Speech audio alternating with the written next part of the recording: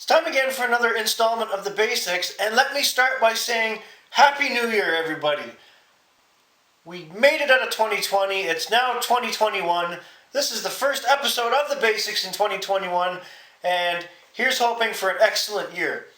Now, the reason why I have the risk board back out is because I've been asked questions as to the viability of South America as a continent in the game, if it's worth holding on to or even fighting for. And I'm going to get right into that and give you my opinions on South America.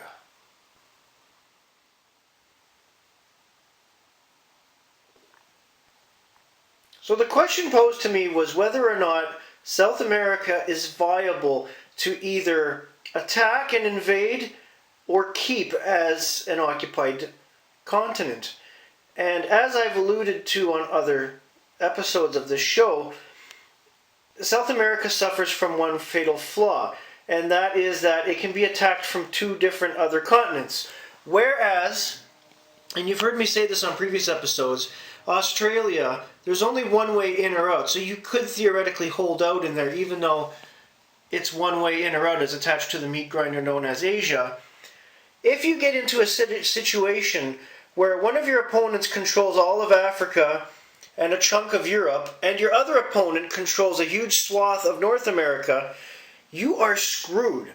Because South America has 2 points where it can be attacked and invaded from, it leaves you stuck. There's really no way out. And as I said with Australia, where you could theoretically hold out, you can't really hold out in South America because of the two other points of attack and departure.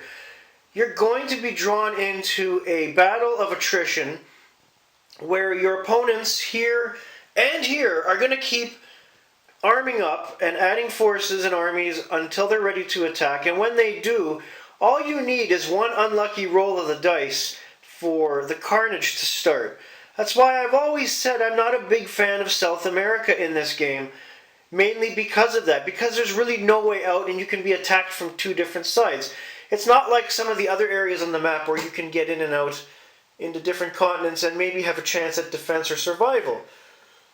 South America is tough no matter how you look at it. You're going to be stuck there, and if you thought Asia was a meat grinder, you wait till you're trapped in South America. It's going to get worse, especially in a multiplayer game like the one I've simulated here. Now, after all that's been said, you're probably wondering what to do if you get into that situation where you're stuck in South America. There's not many options. You can keep adding armies here and there to each territory if you control them all and attempt to fend off two different opponents. Mind you, the odds are stacked against you, and again, one or two unlucky rolls of the dice and it's going to come crashing down on you. The other thing is to not bother arming up or adding armies to South America if you do manage to have all of it. Let it be taken, and as I've said before, focus on other areas of the map with higher strategic value, also known as Europe, North America, and to a lesser extent Asia, which is the meat grinder. Those are your two main options for South America. It's that simple. Have a great day, everybody.